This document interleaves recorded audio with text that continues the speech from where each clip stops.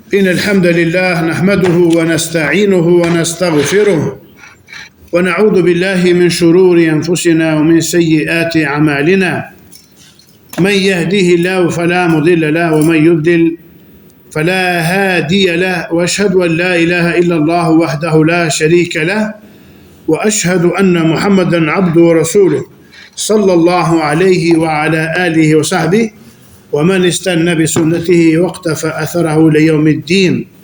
ربنا لا علم لنا إلا ما علمتنا إنك أنت العليم الحكيم. اللهم إنا نسألك علما نافعا ورزقا طيبا وعملا متقبلا ونسألك اللهم الصدق والإخلاص في القول والعمل. رب اشرح لي صدري ويسر لي أمري واحلل عقدة من لساني يفقه قولي.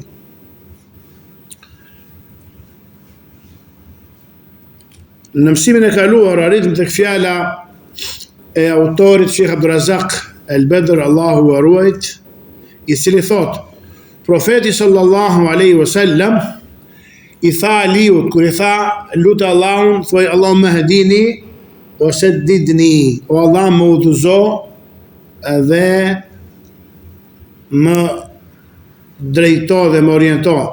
I tha përkujto me udhëzimin e rrugës, pra udhëzimin për rrugën e drejtë, dhe me orientimin, drejtimin e shigjetës. Thot shiku kur thirrsi, pra Davetçiu, e ka parasysh këtë kuptim në mendjen e tij ka qartë dhe kujton gjendjen e dikujt në një shkretëtirë që nuk di se ku është rruga dhe nuk orientohet dot drejt destinacionit që dëshiron, dhe se sa shumë ka nevojë ai në këtë gjendje për një udhërrëfyes të aftë që t'i tregoj rrugën dhe ta udhëzoj drejt qëllimit të tij. Pra, e sa nevojë kemi ne për thirrsa të tillë, të ndërgjegjshëm dhe të aftë që të orientojnë dhe të udhëzojnë popullin tonë. Po ashtu, kur dikush gjuan një shigjet drejt shënjestrës, sa shumë për kujdesje dhe saktësi tregon ai që shigjeta të godas objektivin. Kështu edhe ai që ecën drejt Allahut të plotfuqishëm dhe të lartësuar dhe kërkon kënaqësinë e tij, sa shumë nevojë ka që të jetë i kujdesshëm dhe të japi rëndësi kësaj lutje dhe kësaj përkujdesje pejgamberike. Me këtë shembull madhështor që solli profeti ynë fisnik sallallahu alaihi wasallam, ky kuptim bëhet edhe më i qartë dhe më i dukshëm. Nga kuptimet, pra dhe dobit që përfshihen në këtë lutje madhështore, është se veprat e robit nuk janë të gjitha të pranueshme, por vetëm ato që janë të sakta dhe të qelluara, pra të goditura, dhe në përputhje me udhëzimin, pra me udhëzimin e profetit fisnik sallallahu wasallamu alaihi. Sa shumë ka nevojë udhëtari drejt Allahut, pra ne jemi që të gjithë udhëtar drejt Allahut. Një dietar i madh, Fudail ibn Iyadhi, rahimahullah, dhe radiallahu anhu, takon një beduin arab në rrugë. Pasi i dha selam, ky ja ktheu, i tha sa vjeç je, pra sa vite ke jetuar në dynja? I thot 60 e kusur. Thot ti që ke afër, thot mbritjes, afër destinacionit. I thot arabi, inna lillahi wa inna ilahi rajiun. E pyet Fudaili, a e di kuptimin e këtyre fjalë? Me thot jo, thot ma mëso ti, thot. Thot ti po deklaroj që je robi Allahut dhe që do të kthesh tek ai për dhënë llogari. I thot beduini, thot, si është, si bëhet punë, si është çështja, thot. I thot e lehtë. Përmirëso, rregullo në pjesën që të ka mbetur tjetës tënde, të rrugtimit tënd drejt Allahut. Që Allahu do të fali gjunat e kaluara dhe të ardhmet. Se nëse ti nuk përmirësohesh ato pak jetë që të ka mbetur, do të marrë dhe llogari dhe do të ndëshkojë për ato që kanë kaluar dhe për ato që kanë ardhur. Pra ne jemi gjithë udhëtar dhe shtektar drejt Allahut subhanahu wa taala. Pra nuk ka shpëtim nga takimi me Allahun, nga ditë e llogarisë, do dalim dhe japim llogari. Dhe ky hadith të ndihmon që ti lutesh Allahut ta lehtësoj pra përgatitjen për ditën e llogarisë, ditën e takimit me Allahun subhanahu wa taala. Sa shumë nevojë ka udhëtari drejt Allahut që veprat e tij të jenë në përputhje me sunetin dhe udhëzimin e profetit fisnik salawatullahi wa salam alaihi. Nga kuptimet gjithashtu të kësaj duaje është edhe nevoja e madhe e ummetit për dietarët e sinqert, për imamët reformator dhe ripërtëritës, thirrësit e së vërtetës dhe udhëzimit, që ta ndërgjegjësojnë dhe vetëdijsojnë të paditurin, ta zgjojnë të shkurdesturin e të udhëtuarin, ta mësojnë atë që kërkon orientim dhe të udhëzojnë me lejen e Allahut drejt udhës së vërtet dhe drejt udhëzimit. Allahu i lartësuar thot, për kur i përshkruan këta dietar, që ne kemi nevojë shumë për ta, thot: "Waj'alna minhum a'immatan yahduna bi amrina lamma sabaru wa kanu bi ayatina yuqinun." Thot i lartësuari, dhe prej tyre bëm imam, pra imamllar, udhëheqës, që udhëzojnë me urdhrin ton kur ata duruan dhe ishin të bindur në shenjat tona. Pra këta imamllar kishin bindje, cila është yaqini, siguria që është fryti i dijes së dobishme, dhe ishin të durueshëm në sprovat që u përballën në thirrjen e tyre me tonë. Nga kuptimet e kësaj duaje gjithashtu është rëndësia e maturisë, të jesh i matur, pra jo i ngusëm dhe të qenit mesatar, sepse feja e Allahut është e mesme ndërmjet teprimit dhe pakujdesisë, ndërmjet ekstremizmit dhe neglizhencës, pra i matur, mesatar, racional, sepse drejtësia është t'ia qellosh të vërtetës pa teprim dhe as mangësi. Po ashtu nga kuptimet dhe dobit dhe mirësitë e kësaj duaje madhështore, është se ajo tregon për rrezikshmërinë e humbjes dhe të devijimit, sepse kundërta e udhëzimit është humbja dhe kundërta e drejtësisë është shmangja dhe devijimi, Allah na ruaj prej tyre. Sa e rrezikshme është kjo për robin në këtë jetë, pra i duhet të friksohet Allahut të lartësuar, ta ketë frikë Allahun dhe të ketë shumë kujdes që të mos humbas nga rruga e drejtë dhe të mos shmanget nga rruga e drejtë Allahut. Pra nëse të humbet diçka nga pasuria, gjë e gjallë, shtëpia, makina, e ku e di se çfarë, nuk ka gajle se Allahut i zvendëson, ama po të humbi feja, po humbe busullën, orientimin e fesë, rrugën e drejtë, kjo duhet prikëlloj, kjo duhet brengosi, wa dhalika huwa al-khusranul mubin. Kjo është humbja e madhe dhe e qartë, kjo duhet na friksoj. Po humbe fen, se plaska vetë edhe vjen. Njerëzit të afërmit që na shoqërojnë nuk janë të përjeshëm si ne, pra do ndahemi me ta. Ama po humbe rrugën për xhenet, rrugën për Allahu. Kjo duhet na brengosi dhe të na pikëlloj dhe na shqetësoj. Po ashtu nga përmbajtja e kësaj duaje është se udhëzimi dhe suksesi janë në dorën e Allahut të lartësuar. Askush nuk është i udhëzuar dhe i qëndrueshëm rrugë përveç atij që udhëzon dhe ndihmon dhe jep sukses Allahu i plotfuqishëm dhe i madhruar. Thotë i lartësuari: "Me yahdillahu fa huwa al-muhtad, wa man yudlil falan tajid lahu waliyan murshida." Atë që ja udhëzon Allahu, ai është i udhëzuar me të vërtetë, dhe atë që ai e lën në humbje, kurse si nuk do t'i gjesh për të ndonjë mbrojtës që ta udhëzoj atë. Gjithashtu nga përmbajtjet e kësaj duaje është se besimtari, dëgjoj këtë, është shumë e rëndësishme kjo, shumë delikate. Kur sheh vllajën e tij që ka devijuar nga rruga e drejtë, duhet ta këshilloj, ta përkujtoj dhe ta orientoj, e jo ta përshmoj. As ta nënshmoj apo ta shoh atë me përbuzje, duke menduar se është më i mirë se ai. Edhe nëse veprat e dikujt mund të duken në pamje të jashtme më të mira se sa veprat e atij tjetrit, mund të ndodhë që ai që ka devijuar sot ta ketë përfundimin me vepra të mira dhe të arrijë ato që ai shpreson tek Allahu subhanahu wa taala. Madje mund të bëhet më i mirë se ai që ka përshmuar dje. Udhëzimi është vetëm në dorën e Allahut. Ai udhëzon këtë doj drejt rrugës së tij të drejtë. Ka një shprehje të bukur Sheikh Islam ibn Taymija në këtë kontekst, thot ndoshta thot një gjuna thot të afron ty tek Allahu thot, dhe një vepër e mirë thot të largon thot nga mëshira e tij. Çfarë kuptimi ka kjo?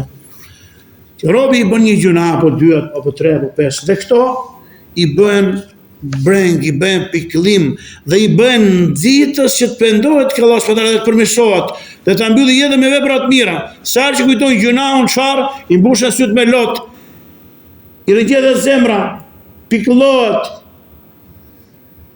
edhe shton veprat e mira.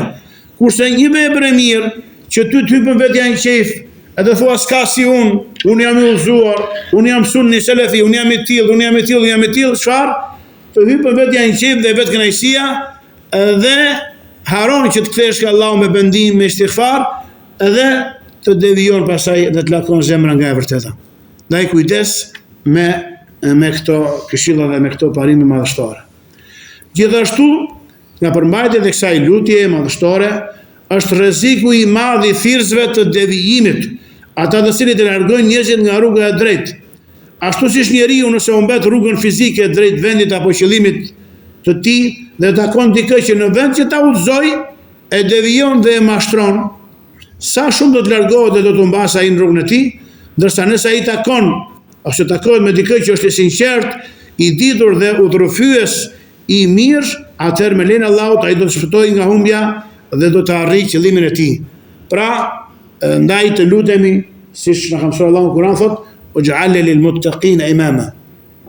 Rabbana hab lana min azwajina wa dhurriyyatina qurrata a'yun waj'al lil muttaqina imama. Shtohet të dua. Zoti ynë na jep ne prej bashkëshortëve dhe pasardhësve kënaqësi dhe freski për sytë tan dhe na bëj për të devotshmit, pra imam. Imam do të thotë mësues të hajrit, udhërfyes, orientues për në mirësi. Sa shumë kuptime madhështore dhe përmbledhje mirësie përmban kjo lutje madhështore. Prandaj duhet të kujdesemi që ta përfshim këtë dua në lutjet, kërkesat dhe kujt drejtohemi Zotit ton, duke pasur parasysh gjithë të mirësitë të mëdha dhe këtë begati kaq të gjerë që ajo përmban.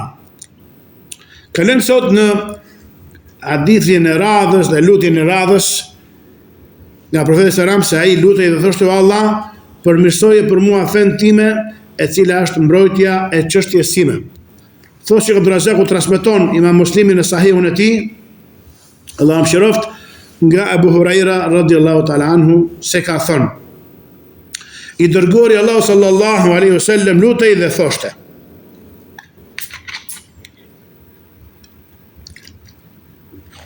Dëgjoj këtë dua profetike, edhe mundohu ta memorizosh.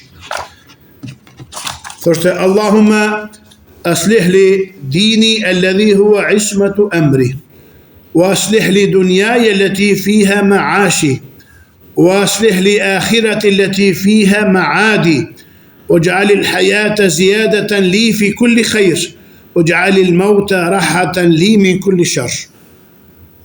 Lutem ja selam dhe thoshte: O Allah, përmirësoje për mua fen time, pra veprat dhe adhurimet, e cila është mbrojtja e çështjes sime, dhe përmirësoje për mua dynjan time, në të cilën është jetesa ime, dhe përmirësoje për mua ahiretin tim, në të cilin është vendkthimi im, dhe bëje jetën shtes, pra shtim për mua në çdo të mirë, dhe bëje vdekjen rehati për mua nga çdo e keqe. Allahu më amin. Kjo pra, të dashur vëllezër, është një dua madhështore prej lutjeve të përmbledhura dhe përmbledhëse të profetit Selam, dhe prej më të plotave në përmbajtjen e tyre. Ai sallallahu alaihi wasallam përmblodhi në të mirat e dunjas dhe të ahiretit, rregullimin e fesë të dunjas dhe të ahiretit, shtimin e mirësive dhe shumimin e veprave të mira, dhe që vdekja e njeriut të jetë përfundimi i së keqes dhe hyrje drejt së mirës dhe lumturisë së përjetshme. Allah na bëj prej tyre. Imam Shaukeni, Allahu mëshiroft, imami i nderuar nga Jemeni, ka thënë: Ky hadith është prej fjalëve përmbledhëse, sepse ai përfshin rregullimin e fesë dhe të dynjas. Profeti sallallahu alaihi wasallam e cilësoi rregullimin e fesë si mbrojtjen e çështjes së tij, sepse përmirësimi i fesë është kapitali i robit dhe qëllimi më i madh që ai kërkon. Pra kujdes mos ta humbasësh të kapital. Po ashtu përmendi rregullimin dhe përmirësimin e dynjas, sepse ajo është vendi i jetesës së tij, të cilën nuk e shmang dot gjatë jetës së tij. Kërkoi prej Allahut rregullimin e ahiretit, i cili është kthimi i tij, dhe rreth të cilit sillen me lutje dhe shpresë të gjithë robërit e Allahut. Kërkesa për përmirësimin e ahiretit është e përfshirë brenda kërkesës për përmirësimin e fesë, sepse nëse Allahu ja përmirëson një njeriu fen, pra adhurimet e tij, ai e ka përmirësuar atij edhe ahiretin, i cili është vendbanimi i kthimit të tij. Ai profeti sallallahu kërkoi gjithashtu që jeta të jetë një shtesë në çdo të mirë për të, sepse kujt ia shton Allahu të mirat gjatë jetës, jeta e tij është e mirë, e begat dhe e lumtur. Dhe i kërkoi atij për Allahut që ta bëjë vdekjen një çlirim, pra shpëtim, rehati për të nga çdo e keqe, sepse nëse vdekja është ndaluesi të gjitha të këqijave dhe i ndërpret ato, atëherë ajo përmban të mirat të shumta për robërit. Siç ka ardhur në hadith se do të vijë një kohë afër kiametit, ku do të shtohen sprovat, prodhimet, belat për njeriu dhe ai gjalli që do të esi pranë varreve të vdekur do thoshte ja lejteni kuntu mekanek. I mirë unë të isha në vendin tënd. Pra do të shtohen sprovat, vëllezër. Trazirat, kaosi, gjakderdhja, trysnia, presioni, keqtrajtimi, ofendimet, do jesh i huaj në mesin e njerëzve. Dhe dëshirosh të ishe prej banorëve të varrit, që të shpëtoje nga sherri i njerëzve. Ose në ditë ka ardhur dhe një kohë trazirash dhe sprovash dhe fitnesh, kur furnizimi më i mirë i robit dhe qetësia dhe rehatia e tij do të jetë një tufë me dele që më ta marri edhe shkoj ta kulloti brigjeve apo kodrave të maleve, që të largohet dhe të ruhet nga dëmi i njerëzve, që të ruaj fenë e tij, kapitalin e tij. E kjo kopa afrohet, vëllezër. Por se robi duhet të thotë, siç pejgamberi selam e këshilloi xhajin e tij Abbasin. Abasi rrojti gjatë, domethënë ishte u thyer në moshë dhe i kërkonte Allahut vdekjen. Donte që të rehatojë me vdekjen. I kërkonte Allahut që t'ia marrë jetën.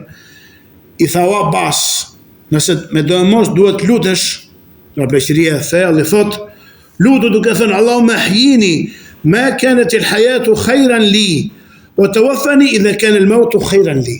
Pra lutu me këto fjalë dhe thuaj, o Allah, më jep jetë përderisa jeta është më e mirë për mua dhe më jep vdekje nëse vdekja është më e mirë për mua. Pra, siç na mësoi profeti sallallahu alajhi wasallam nëpërmjet këshillës i dha xhaxhait të tij Abbasit radhiyallahu ta'ala anhu. Kjo lutje i përfshin të gjitha çështjet. Është e ditur se për atë që në jetën e tij nuk ka veçse rënje në të këqija, vdekja është më e mirë për të dhe një shlirim nga sprovat e saj. Këtu mbaroj fjala e Shaukenit, Allah më shëroft. Fjala e tij pra profeti sallallahu alajhi wasallam, o Allah ma përmirëso fen time. Kjo është një lutje për përmirësimin e fesë, domethënë që të më japë sukses për kryerjen e obligimeve, sjelljeve, moraleve dhe kërkesave të saj në mënyrën më të plotë dhe më të përsosur. Kjo arrihet duke i dhënë Allahu robit të tij sukses për të kapur fort pas librit të tij Kuranit dhe sunetit të profetit sallallahu alaihi wasallam, sipas udhëzimit të selefëve të mirë prej sahabëve, tabiinëve dhe imamëve të drejtë në çështjet e akidës, pra besimit, adhurimeve, davetit, pra thirrjes në Islam, moralit, sjelljes dhe edukatës së mirë islame. Ai pejgamberi selam filloi për në këtë lutje me përmirësimin e fesë, sepse ajo është themeli dhe baza mbi të cilin ndërtohen të gjitha të tjerat. Fjala e tij feja, e cila është mbrojtja çështësime, domethënë ajo me të cilën mbrohem në të gjitha çështjet e mia. Se po përmirësua feja, a do të ka përmirësuar familjen, ka përmirësuar pasurinë, ka përmirësuar sjelljen. Pra, njeriu çfarë reflekton, o fetarinë e mirë, fenë e mirë që ka, dijen e mirë fetare, ose reflekton të kundërtën, ignorancën e tij, që është i cekët në fe, që është larg fesë, që ka mangësi të mëdha, to i reflekton në gjithë jetën e tij. Si thot Allah i lartësuar në librin e tij Isnik, thotë wa'tasimu bihablillahi jami'an wa la tafarraqu, thot dhe kapuni fort për litan e Allahut të gjithë së bashku dhe mos u përçani. Pra në këtë ka argument se kapja pas fesë, sipas metodologjisë së saktë, është mbrojtje për robin nga sprovat e rënda dhe nga devijimet në akide, pra në besim apo në vepra, ndërsa humbja e fesë është shkatërrimi dhe humbja e të gjitha çështjeve. Ashtu si thot Allah i lartësuar në librin e tij, thot ولا تطع من أغفلنا قلبه عن ذكرنا واتبع هواه وكان أمره فرطا. I thot profetit të tij, thot, pra ti mos ju bind, pra mos e paso atij zemrën e të cilit e kemi bërë të shkujdesur ndaj përmendjes son, ai i cili ndjek epshin e tij dhe çështja e tij është e hapërdare, hallakatush. Fjala e tij alayhi salatu wasalam dhe ma përmirëso mua dynjan time është një lutje për përmirësimin e çështjeve të kësaj bote. Domethënë duke më dhënë atë që më mjafton nga gjërat që më nevojiten në të, që ato të jenë halal, pra të pastra, dhe të bëjnë ndihmë për mua për bindjen ndaj Allahut të lartësuar. Siç ka ardhur në hadith ka thënë innama anzalna al-mala li iqami s-salati wa ita'i zakat. Të lartësuar e kemi zbritur pasurinë që ju të kryeni namazin dhe të jepni zakatin. Pra robi pas ka nevojë për pasuri dhe për dynja që të fali namazin dhe që të japi zakatin për pasurisë së tij. Pra të ndihmohet me dynjan për të fituar ahiretin, jo e kundërta. Me punë të ahiretit përfitosh dynjan. Kjo është e urryer, kujdes. Ta lësh pas dore fen dhe të jepesh mbas dynjas. Dynjan ta përdorësh në shërbim të fesë, që të fitosh pra xhenetet e larta tek Allahu subhanahu wa taala. Fjala e profetit alayhis salam allati fiha ma'ashi, pra aslih li dunjayati allati fiha ma'ashi, pra ma përmirëso dynjan time aty ku është jetesa ime, domethënë aty ku unë jetoj, ku është vendi dhe koha e jetës sime. Në këtë kuptim përfshihet gjithashtu se njeriu në dynja ka një jetë, një afat të saktuar dhe një furnizim të përcaktuar, dhe se nuk do të vdes asnjë njeri pa e plotësuar atë.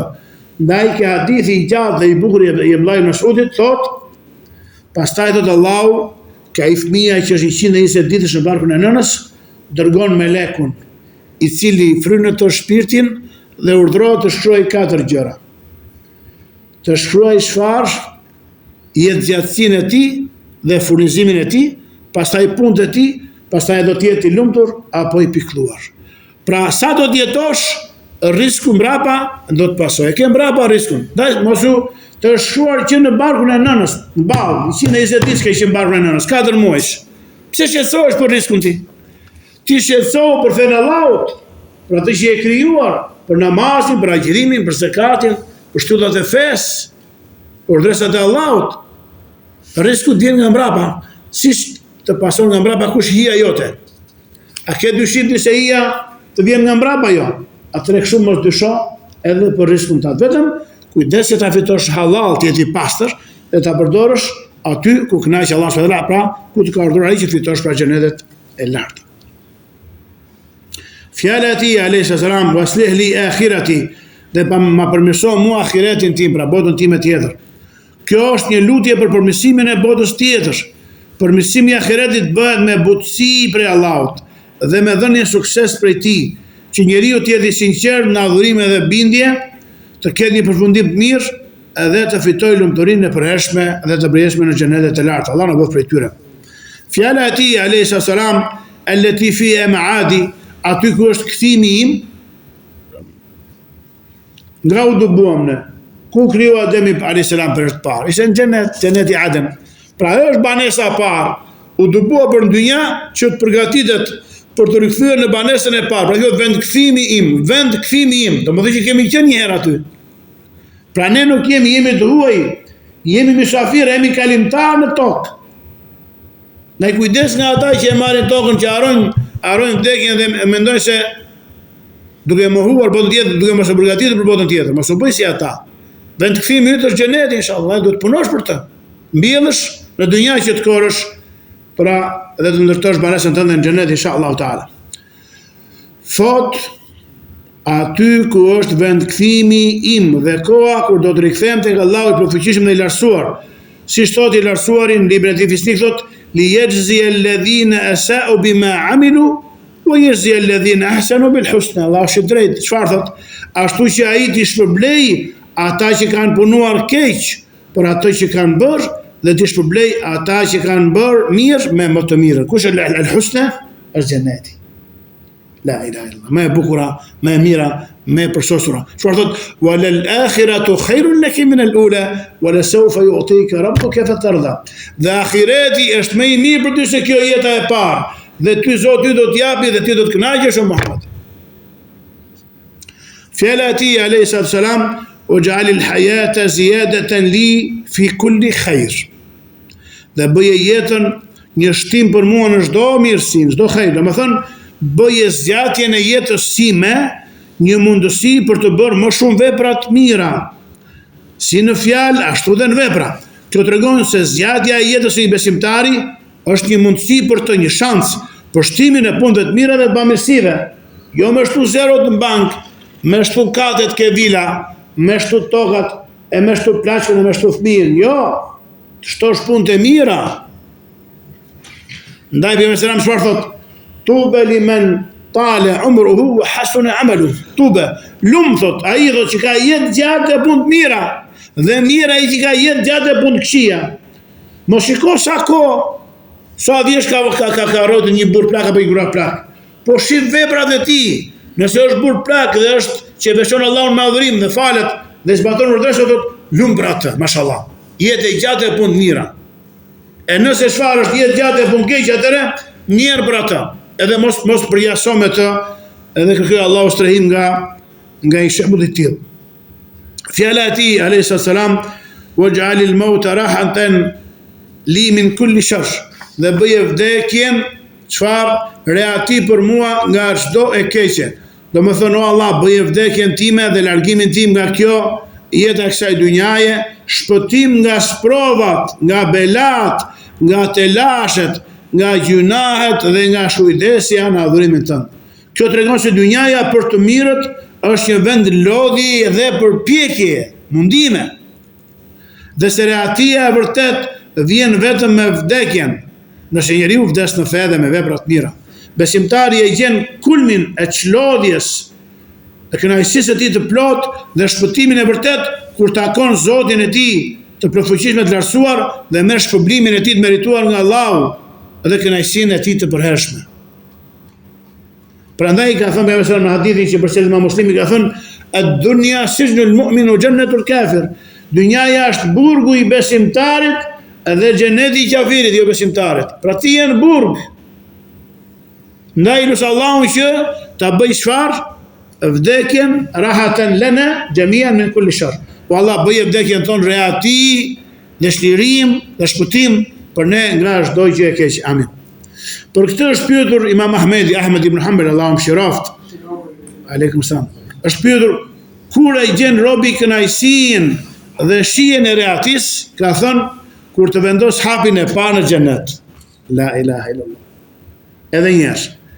O imam, e pyetën, kur e gjen robi kënaqësinë dhe shijen e reatis? Ai tha kur të vendos hapin e parë në xhenet. I kërkojmë Allahut më bujarit për mirësive të tij. Ose në hadithin e gjatë të pejgamberit sallallahu alajhi wasallam, sillen dy veta ditën e llogarisë. Njëri që ka pas sprova edhe pikëllime dhe brenga, nuk ka parë një ditë të bardhë jetën e tij. Dhe tjetri s'ka parë, nuk e ka hyrë një gjem, pra nuk ka parë një ditë të zezë në jetën e tij. Të parit i thuhet, a penoj të mirë në dynja, thotë nuk pash asnjë të mirë në dynja. I sprovuar nga kur linda deri kur derisa vdiqja. Allahu rasuli urdhëron me melekët e tij. Thotë kridheni ose zhyteni, një zhytje vetëm në xhenet. E zhysin një herë vetëm në xhenet dhe nxjerrin. E pyesin prapa, penoj ditë të keqe në dynja? Jo, do s'pash asnjë ditë të zezë në dynja. Thotë një kredhje vetëm në xhenet bëri që të haroj gjithë provat e pikëllimet e brengat e dynjas. Ai tjetri që nuk ishte parë ditë të zezë në dynja, e kredhin, thotë Allahu me lekëve, kridheni vetëm një herë vetëm në zjarr, në xhenem. E kredhin një herë vetëm në xhenem, në nxjerrin, thonë, a penoj ditë të bardhë dynja? Thotë Allah nuk pash asnjë ditë të bardhë dynja. Një kredhje vetëm në zjarr e bëri që të haroj gjithë mirësitë e dynjas. Pra ti, ku ke sprova, kujto këtë hadithi, kujto këtë hapin e parë në xhenet dhe kredhin e parë, zhytjen e parë që do të bëhet në xhenet. Allah na bëj përbanor vetë ti. La ilaha illallah. Pra ky hadith madhështor dhe kjo lutje përmbledhëse përmban dobi të mëdha dhe të shmora, gjë që e bën të nevojshme për çdo musliman ta mësojë atë përmendësh edhe të kujdeset për ta përsëritur atë gjithmonë edhe në çdo situatë. Shkurtimisht lexojmë inshallah edhe pse koha do të s'na del të lexojmë i gjithë dobit që kanë nxjerrë shirku nga ky hadith më shtor, thotë, nga dobit e kësaj duaje është së pari se robi është i nevojshëm për Allahun e lartësuar në çdo çështje të tij. Ai është i nevojshëm prej tij për përmirësimin e fesë së tij, përmirësimin e jetës së kësaj bote dhe përmirësimin e jetës së tij në ahiret. Ai ka nevojë për Allahun në çdo aspekt, Dhe nuk është e mundur që feja, jeta apo ahireti, pra bota tjetër e tij të përmirësohen, përveç se nëse Allahu ja përmirëson atij ato. Pra robi është i varfër ndaj Allahut në mënyrën më absolute.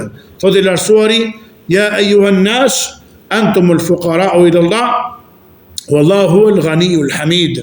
O ju njerëz, ju jeni të varfër ndaj Allahut, ndërsa Allahu është i pasuri, i panevojshëm për askënd dhe i lavdëruari. Gjithashtu kjo lutje ja përkujton robit nevojën e madhe që ka ndaj Allahut të lartësuar për çështjet e fesë, dunjas dhe të ahiretit, dhe se asnjë nga këto çështje nuk mund të përmirësohet vetëm me ndikimin e Allahut. Allah na ndihmoft. Nga dobitë e kësaj lutje të begatë është se feja ka përparësi ndaj çdo gjëje tjetër, dhe kujdesi për të duhet të jetë përparësor ndaj kujdesit për çdo çështje tjetër. Prandaj në këtë lutje profeti selam filloi me: "O Allah, përmirësoje fen time", e cila është pra mbrojtja e çështjes sime. Pra në të ka dobi se robi duhet të tregoj kujdes më të madh për përmirësimin e fesë së tij se sa për çështjet e dunjas. Kujdesi për fen duhet të jetë më i rëndësishëm për të. Ndërkohë, thotë shehu fatkeqësisht, realiteti i shumë njerëzve sot është se ata më shumë shqetësohen për rregullimin e çështjeve të dunjas, ndërsa fesë dedikojnë vetëm atij që u tepron nga koha e tyre.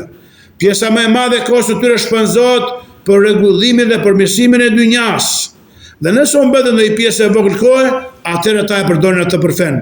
Gjithashtu ata kujdesen për çështjet e dunjas, tregojnë të kujdesshëm në çdo detaj. Për shembull, nëse duan të ndërtojnë një shtëpi, nuk nguten, thonë, nuk nxitohen, por kërkojnë mendime nga ekspertët e fushës dhe kontrollojnë çdo gjë për të qenë të sigurt për cilësinë e saktësinë e shtëpisë apo të kështjellës së tyre. Ndërsa kur bëhet fjalë për kryerjen e veprave të mëdha të fesë, siç janë haxhi apo agjërimi apo umraja, atëherë ata i kryen ato ashtu si të vi, pa u kujdesur shumë dhe pa pyetur gjatë rreth rregullave dhe dispozitave të tyre. Pra kjo gjë tregon për dobësinë dhe mangësinë e kujdesit të tyre ndaj fesë dhe forcën e përkujdesjes ndaj çështjeve të dunjas. Pra ky hadith na udhëzon që kujdesi për fen të jetë në krye të përparësive të tua, o besimtar, dhe pikërisht për këtë arsye profeti selam e ka nisur me të çfarë duan e tij. Pra ma përmirëso fen, e cila çfarë është ismatu emri, është mbrojtja dhe ruajtja dhe fortifikimi i çështjes sime, pra që është feja e Allahut subhanahu wa taala. Hadithi vazhdon, inshallah na e pjet javën që vjen me dobitë e radhës dhe me hadithet e radhës. Lutë Allahun ta bëjë të mësim të dobishëm, na e pranoj ta bëjë të sinqert për fytyrën e tij, të na ngrijë me të në grada, të na bëjë dobi pra që të na i përmirësoj zemrat, të na ndihmoj që të reflektojmë, pra të jetë dije dobishme që na ndihmon për të bërë vepra të mira, dije që na afron tek Allahu, që do të jetë argument për ne dhe jo argument kundra nesh. Dhe ta mësojmë të dua, të lutje inshallah madhështore, dhe ta bëjmë pjesë të lutjeve tona, siç dëgjuam pra mirësitë edhe dobitë e mëdha që ka kjo dua. Subhanak Allahumma bihamdika, ashhadu an la ilaha illa anta astaghfiruka wa atubu ilaik. Wallahu a'lam. Wa sallallahu wa sallam wa barak ala nabina Muhammad wa ala alihi wa sahbihi ajma'in. Barakallahu fikum.